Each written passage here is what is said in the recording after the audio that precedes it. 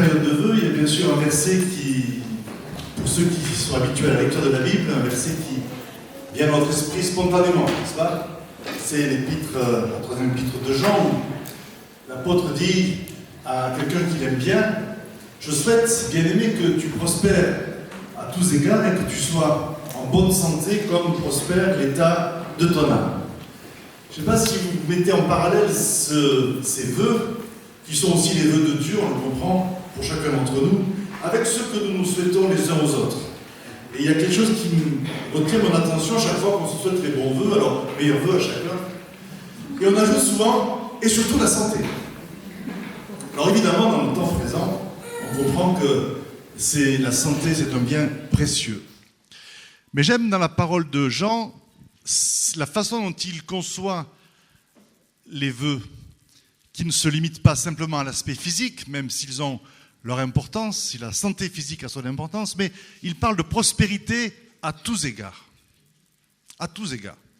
Et c'est cela que je voudrais retenir ce matin pour nous, c'est que Dieu, pour cette année, a des projets de prospérité, de croissance. C'est le thème de cette année, la foi en action pour la croissance à tous égards.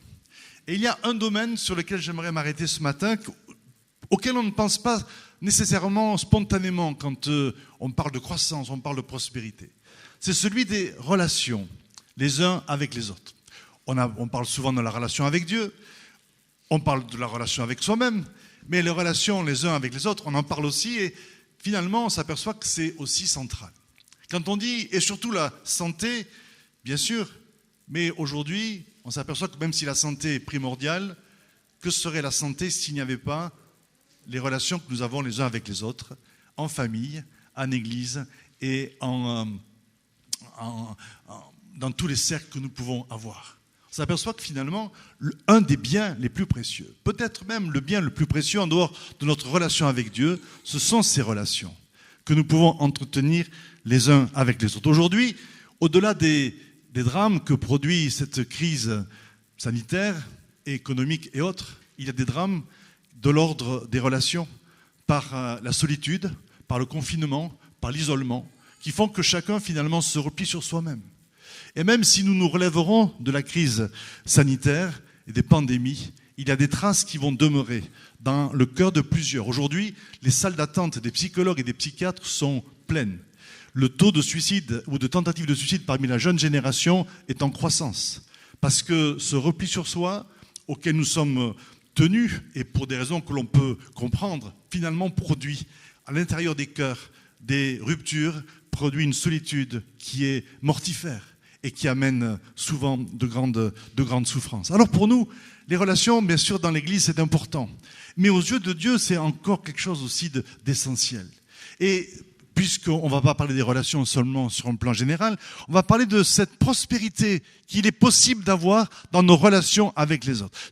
Les uns avec les autres, ce qui nous permettra de surmonter toutes les crises, qu'elles soient sur le plan global, économique ou personnel, c'est la qualité des relations que nous saurons entretenir dans nos familles, dans nos cercles amicaux et aussi dans l'Église. Et la Bible parle beaucoup de la croissance dans les relations. Est-ce que vous croyez à cela?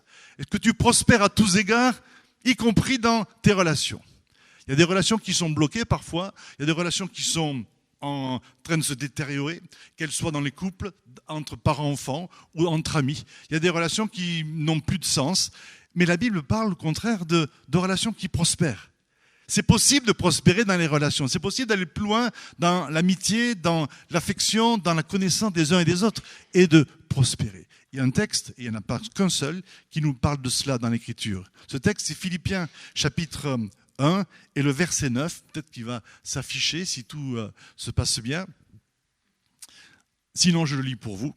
« Ce que je demande dans mes prières, dit Paul, c'est que votre amour abonde de plus en plus en connaissance et en vraie sensibilité, et qu'ainsi vous sachiez apprécier ce qui est important, ce qui est afin d'être sincère et irréprochable pour le jour de Christ, rempli du fruit de justice qui vient par Jésus-Christ, à la gloire et à la louange de Dieu. » Première phrase que nous avons lue, c'est « Ce que je demande à mes prières, c'est que votre amour abonde de plus en plus. » Et la suite, on la laisse pour un peu plus tard. Il est possible d'avoir des relations qui prospèrent. Il est possible que des relations qui ont été rompues dans la famille, parfois dans les couples, parfois entre parents-enfants, parfois dans les cercles amicaux. Il est possible que ces relations soient transformées, visitées par l'amour de Dieu pour connaître un élan nouveau, pour connaître une prospérité nouvelle. Et ça, c'est peut-être un objectif qu'on peut se donner pour l'année qui vient, pour qu'on ne soit pas dans finalement, une relation superficielle, un isolement. On peut être dans une foule, on peut être entouré de beaucoup d'amis et être profondément seul. Mais qu'au contraire, partout où Dieu nous donne d'être en relation les uns avec les autres, il y a une croissance, il y a quelque chose qui se passe, il y a comme parfois une résurrection. Je crois qu'il y a des relations qui doivent ressusciter, il y a des mariages qui doivent ressusciter. Parce que la relation entre un homme et une femme, quand elle se vit devant Dieu, n'est pas appelée à stagner, elle n'est pas appelée à se détériorer. La fidélité, ce n'est pas l'usure, mais au contraire, il y a une promesse d'abondance, de renouvellement dans l'amour mutuel. C'est pareil aussi avec les enfants, entre les parents et les enfants, entre les cercles familiaux, où que l'on soit, il y a une promesse de Dieu pour que nos relations connaissent une abondance et une surabondance. C'est un défi. Certains font le deuil de relations. Certains disent « Oh mais moi j'ai assez donné, j'ai pas trop d'espoir, je sais pas trop, restons-en là ». Vous savez, vous connaissez le mot commun, bien connu. Pour vivre heureux, ils vont cacher. Alors c'est quel verset ça dans la Bible ? Si vous ne le trouverez pas dans la Bible, parce que c'est profondément anti-biblique. Bien sûr, il y a parfois des relations dont il faut se protéger. Il faut savoir dire non parfois à certaines relations, c'est vrai. C'est un fait. On le voit aussi dans la Bible. Mais sur un plan général, dans nos cercles de relations, eh bien, ce n'est pas la rupture, ce n'est pas la séparation à laquelle nous sommes invités, mais c'est au contraire à la découverte de l'un et de l'autre et à abonder dans l'amour les uns pour les autres. Vous savez, dans la Bible, en fait, tout est relation. Vous pouvez lire la Bible sous la lumière de la notion des relations.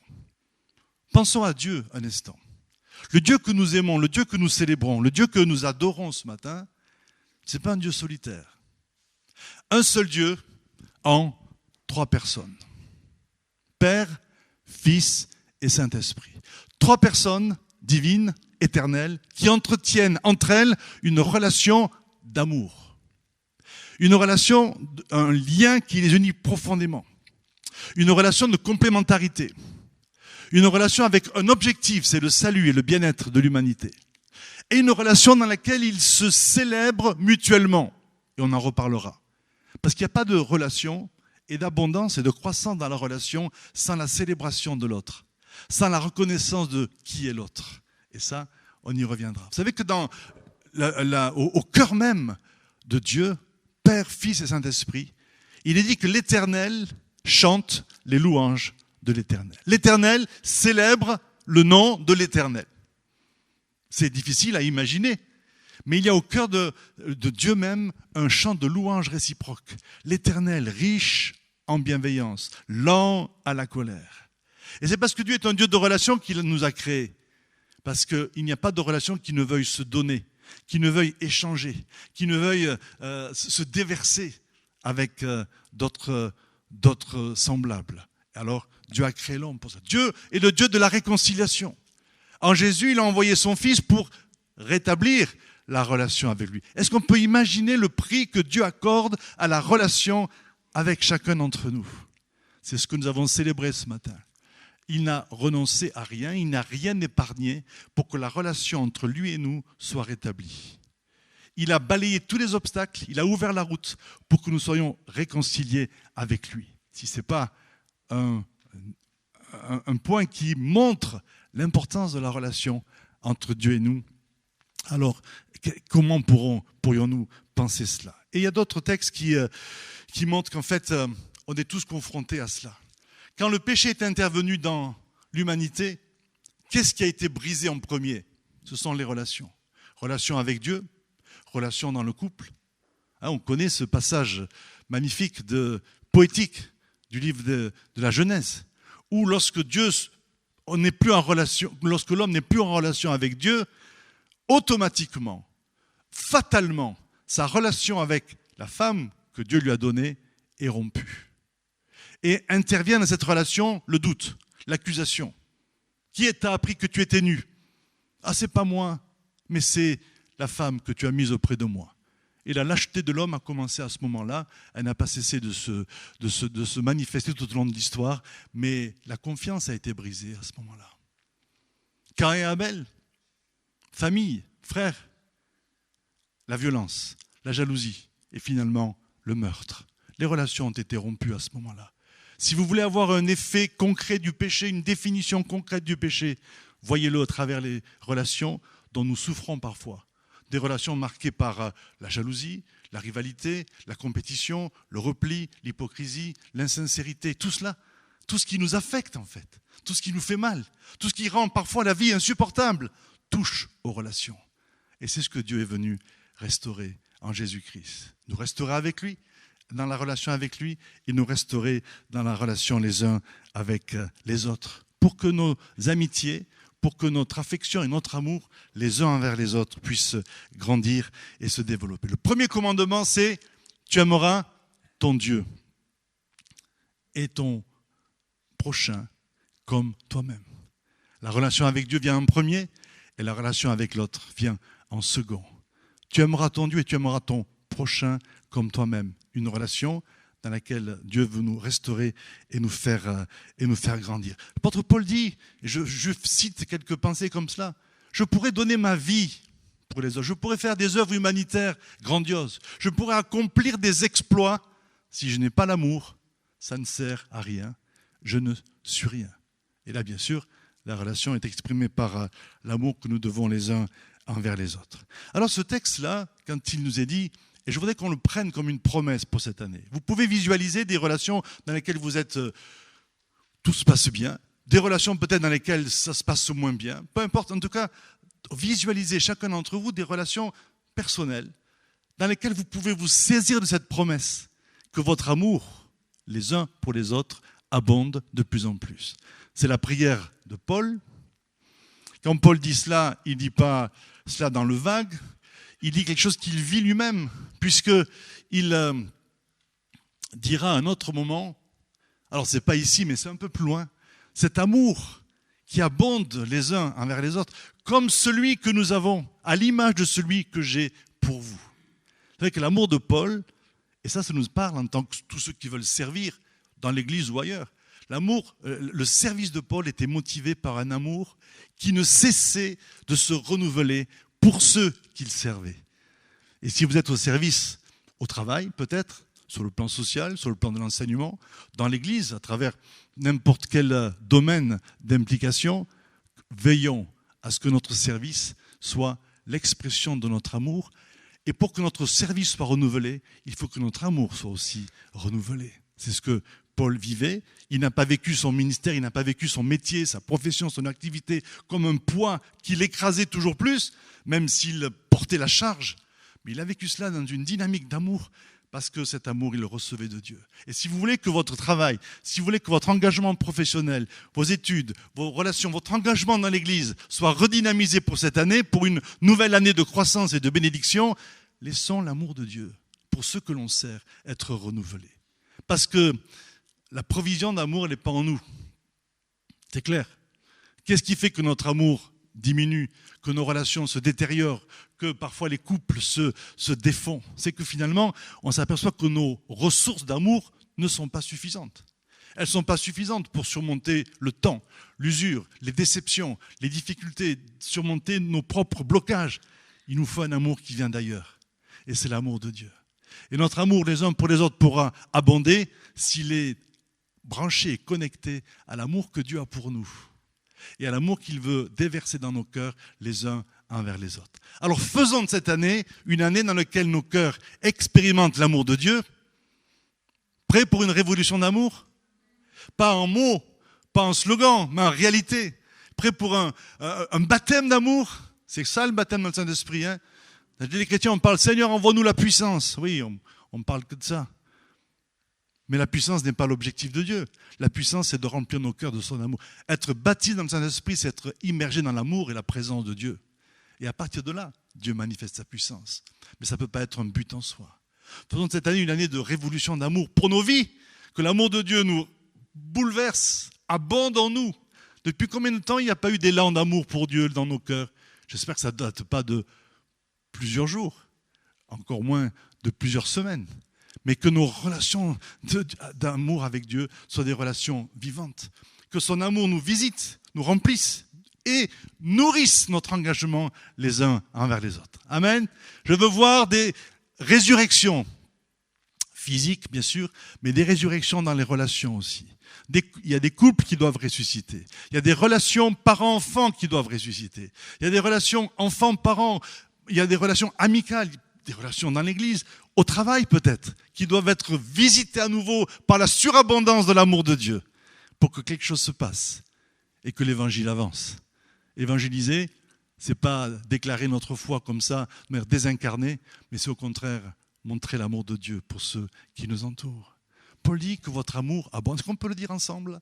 Que notre amour, on ne va pas parler des autres, que notre amour abonde de plus en plus. Que le Seigneur fasse abonder et déborder votre amour les uns pour les autres. Amen. Ça n'a pas l'air de vous passionner, mais moi je crois que c'est important. Je crois qu'il y va de la qualité de notre vie. Il y va de toute notre existence, parce que c'est le sens de notre existence. Paul l'a dit à plusieurs reprises. Il dira aux Thessaloniciens que le Seigneur, à nouveau, même expression, pour ceux qui prennent des notes, 1 Thessaloniciens chapitre 3, verset 12, que le Seigneur fasse abonder et déborder votre amour les uns pour les autres et envers tous les hommes, à l'exemple, et c'est là qu'on revient à ce que je disais, de celui que nous avons pour vous.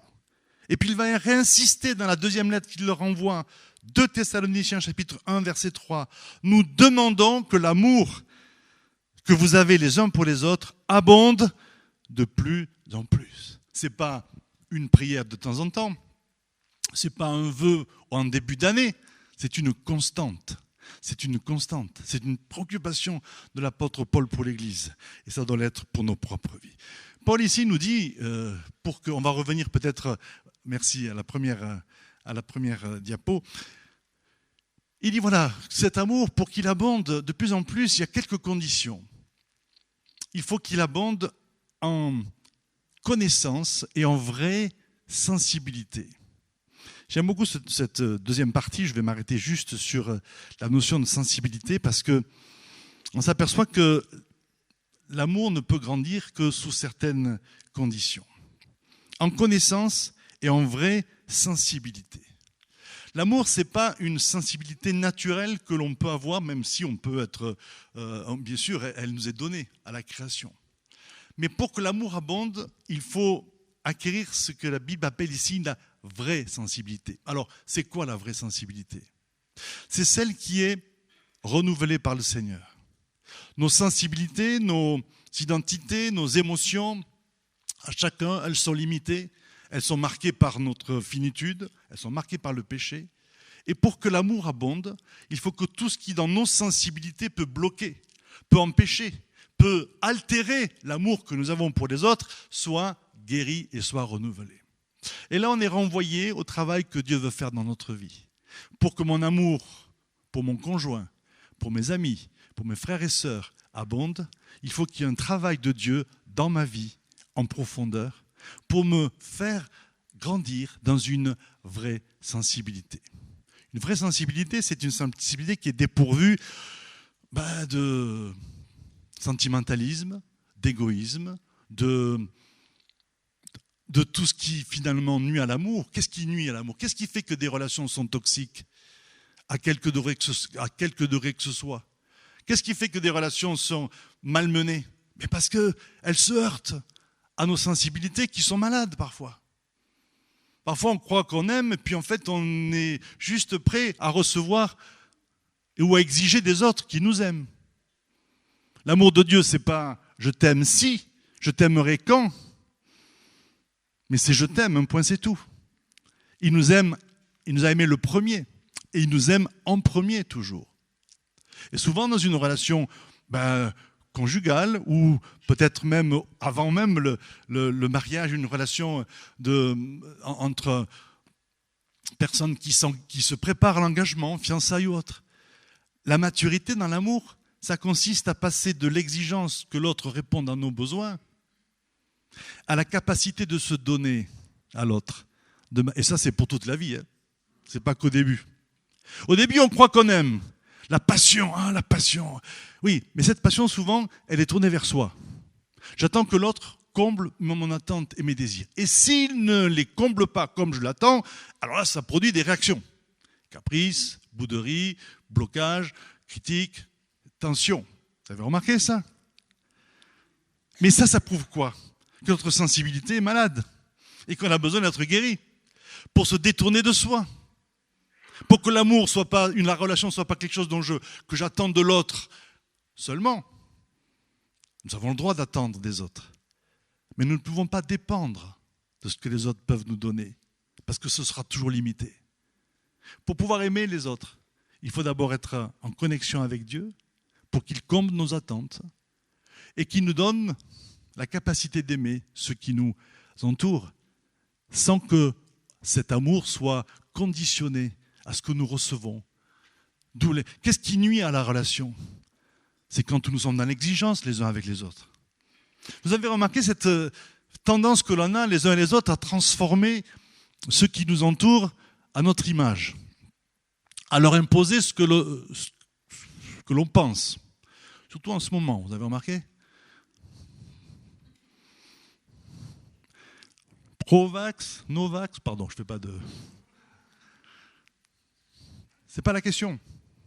C'est une question. Mais quand derrière ça, il y a la volonté d'imposer aux autres, qu'on soit pro ou anti, c'est pareil. Quand il y a la volonté d'imposer aux autres notre idée, quand il y a la volonté de dominer, de contrôler, de transformer les autres à notre goût finalement, là alors, on n'est plus dans la vraie sensibilité. On est dans une sensibilité qui est malade et puis qui va, du coup, détruire la relation. L'esprit de contrôle qui parfois nous saisit les uns et les autres, qui fait que notre amour n'est pas gratuit, notre amour n'est pas désintéressé, mais il s'impose. Un autoritarisme, un abus, la manipulation. Toutes ces façons par lesquelles, finalement, nous ne sommes pas dans la relation, nous sommes dans la domination. Et là, Dieu veut nous guérir de cela. Pour que notre amour abonde, il faut que nous identifions en nous ce qui est un obstacle, ce qui, dans ma sensibilité, a besoin d'être purifié. L'apôtre Pierre dit, ayant purifié vos âmes en vue d'un amour fraternel sincère. Aimez-vous ardemment les uns les autres. J'aime ce texte parce qu'il nous montre que si je veux grandir dans l'amour, alors il faut que Dieu guérisse, Dieu révèle en moi ce qui peut être un frein, un blocage et finalement une incapacité à aimer comme Dieu veut aimer. C'est jamais agréable, hein? On est toujours prêt à pointer chez les autres ce qu'ils font de mal, ou chaque fois qu'ils me font mal, ça, on est les premiers à réagir dans ce sens-là, mais on a parfois du mal à voir ce qui en nous peut blesser, ce qui en nous peut être un obstacle à l'amour et à la relation.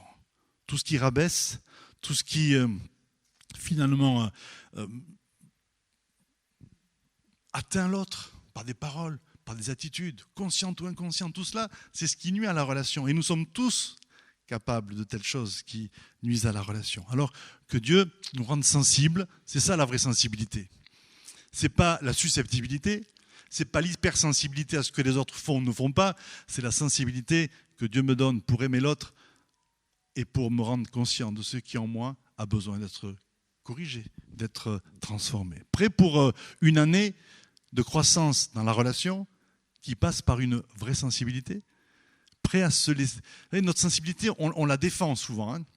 On la met en avant. « Ah, moi je suis trop sensible. Ah, moi... » Bon, très bien, mais la Bible dit, parle d'une vraie sensibilité. Qui veut grandir? Je ne vous demande pas de répondre, mais je fais un appel secret. Qui veut grandir dans une vraie sensibilité les uns envers les autres, qui est finalement dépourvue d'égoïsme, d'égocentrisme, d'exigence, mais qui est à l'image de celle de Dieu, qui est attentif et qui nous aime.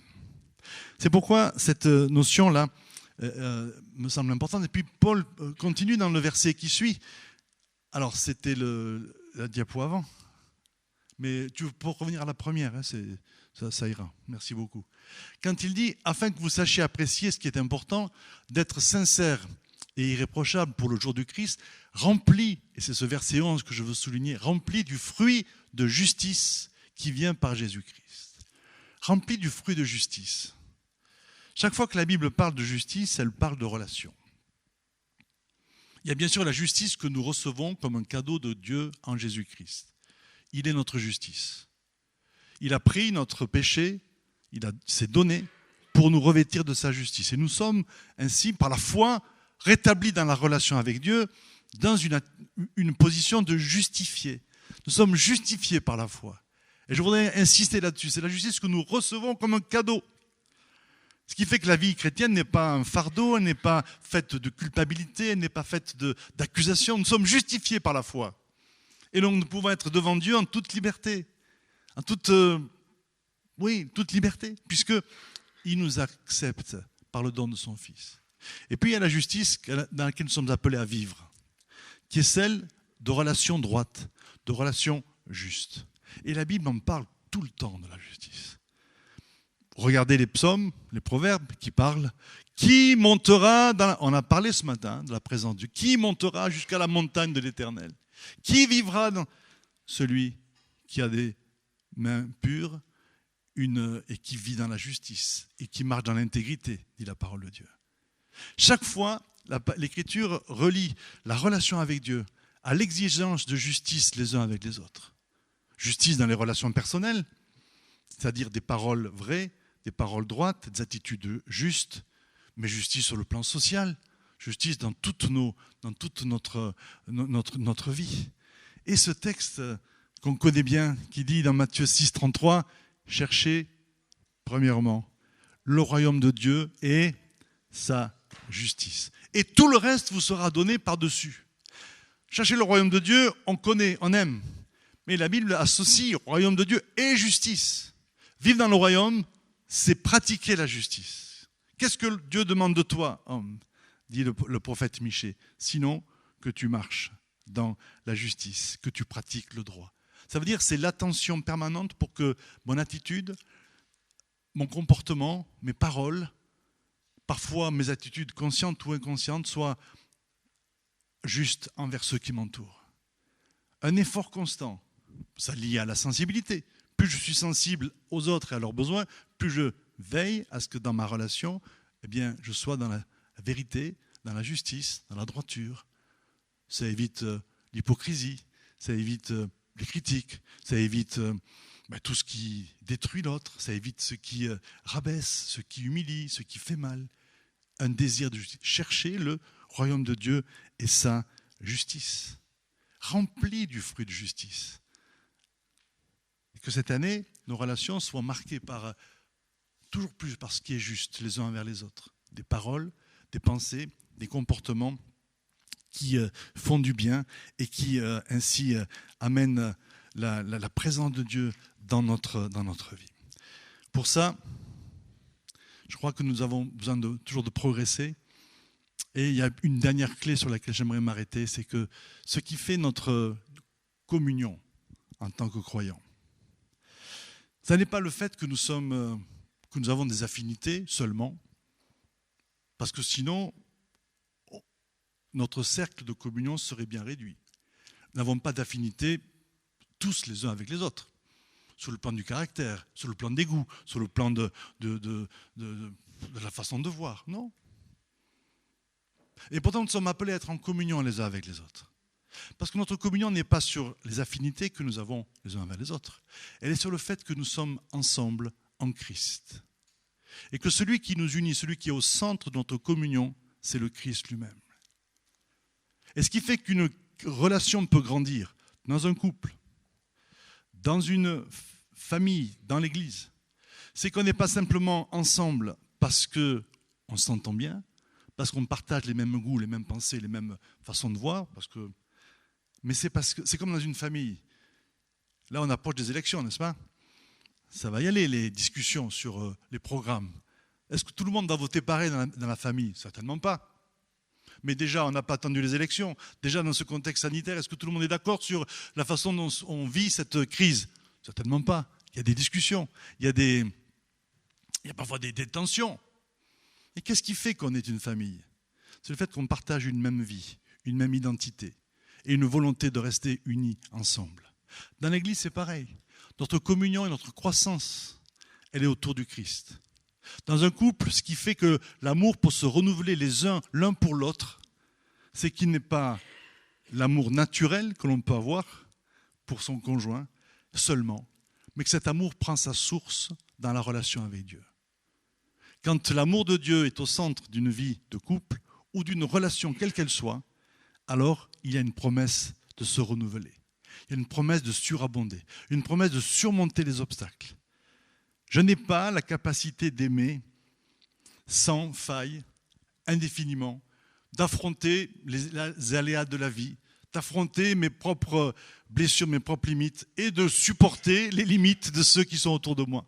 Mais par contre, quand l'amour de Dieu est en nous, alors il y a une provision qui vient d'ailleurs et qui fait qu'une relation de couple peut durer. Des fois, les gens disent « Oh là là, la fidélité, c'est de l'usure ». J'ai un ami chrétien, il n'est pas ici, hein, donc cherchez pas, qui me dit, souvent il m'a dit, mais ah ouais bon, l'amour dans un couple c'est bien au début, mais après on s'habitue, hein, c'est plus pareil.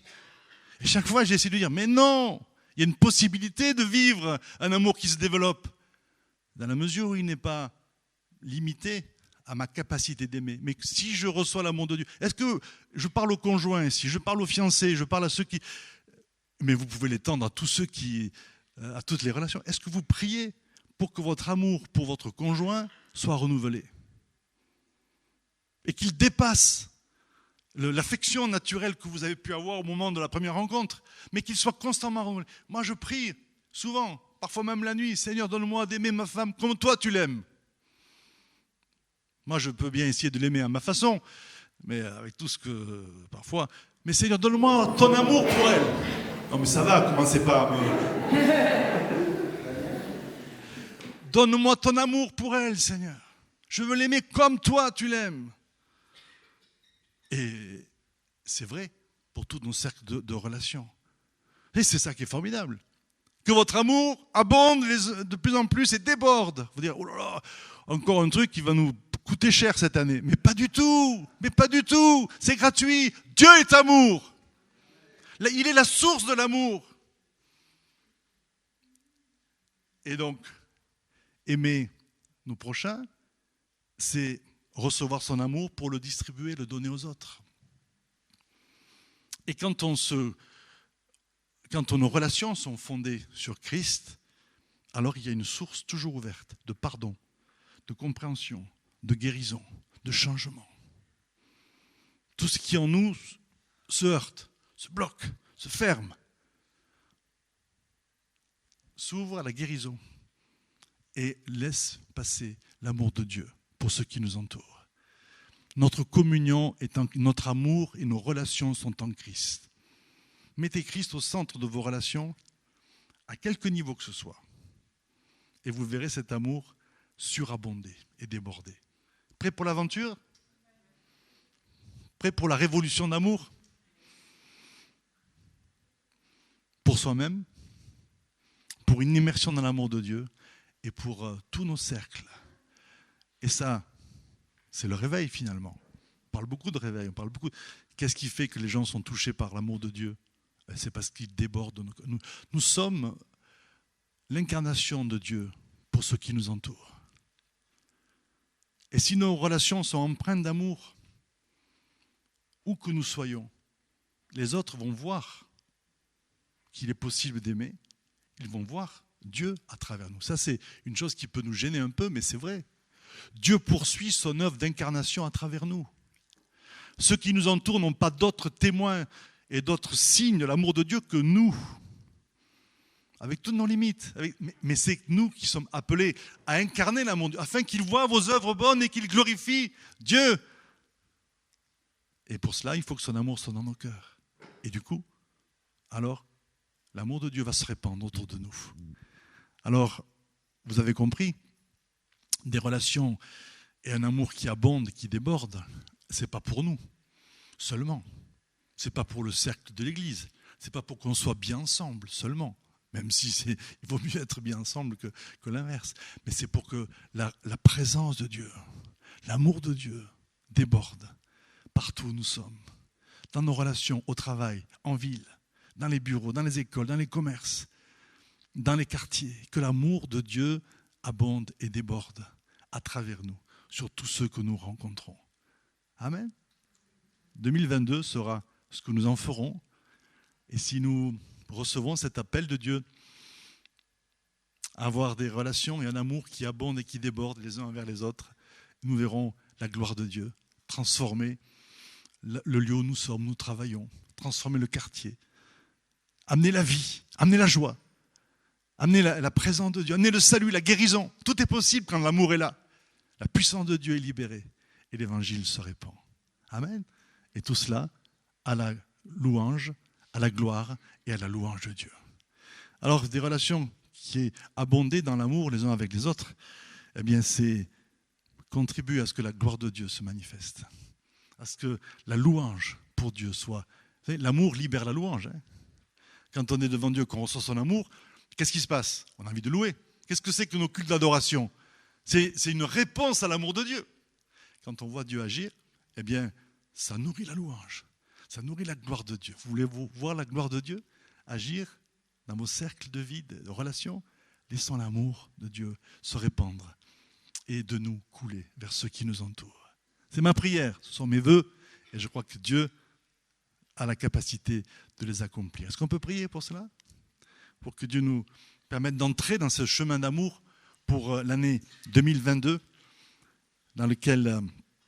ce chemin dans lequel alors sa présence et sa gloire vont remplir, inonder, immerger tous les cercles dans lesquels nous nous trouvons. Seigneur, nous sommes devant toi et nous te disons notre faiblesse, notre fragilité, notre difficulté parfois à aimer, notre difficulté à avoir des relations selon toi. Peut-être que certains, pendant que nous partagions en mémoire des relations délicates, difficiles, en famille, autour d'eux. Seigneur, nous sommes devant toi et nous ne voulons pas accepter, renoncer à ce que tu viennes changer, bouleverser, ouvrir de nouvelles voies dans nos relations. Étends ta main, Seigneur.